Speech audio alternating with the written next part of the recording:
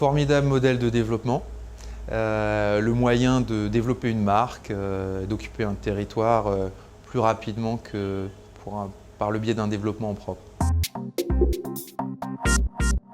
Dans la majeure partie des cas, on ressent que le franchisé s'adresse à un franchiseur pour son savoir-faire. La franchise est un modèle qui permet d'avoir un soutien, un véritable partenaire. Alors bien sûr, il y a un échange financier en fait dans cette relation, mais quand ça se passe bien, tout le monde y trouve son compte. Dans l'univers de la franchise, c'est un établissement sur 5 qui n'existe plus dans les 3 ans qui suivent la création. Hors franchise, c'est un établissement sur 2. Donc c'est vrai que ce sont des chiffres qui parlent quand même en faveur des franchiseurs et puis de ce mode de fonctionnement. Choisir avec attention son franchiseur, être capable de bien jauger le service et le support qui va pouvoir être fourni par la structure du franchiseur. Finalement, dans la sélection des franchisés que nous réalisons au quotidien, on s'attache vraiment à trouver des profils de bons commerçants, bien en adéquation avec le métier.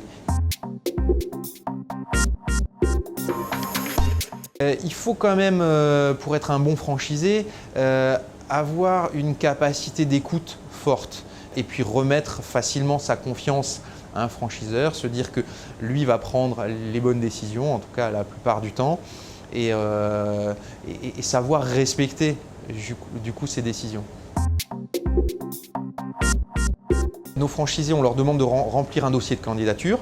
On fait une première sélection sur cette base-là, en fonction des profils, des souhaits de développement, de l'élément financier, qui est quand même un élément prépondérant. Pour démarrer chez nous, les franchisés ont besoin de disposer d'un apport personnel de 70 000 €. Lorsque nous avons réalisé en fait, cette première sélection, nous rencontrons les franchisés, nous essayons de leur expliquer en fait, notre métier, la philosophie de notre enseigne, et puis nous les accompagnons ensuite, s'ils le souhaitent, dans une phase de recherche d'établissement. Donc on va les aider à trouver leur emplacement, on les aide à réaliser leur business plan, on les accompagne aussi ensuite dans la phase finalement de création physique de l'établissement, donc en termes de suivi de chantier, on les forme à notre métier. Entre la première rencontre et l'ouverture d'un point de vente, généralement c'est 8 mois.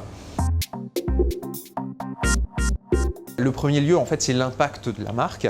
Chaque boutique bénéficie de la notoriété qui va être créée en fait, par ses petits camarades.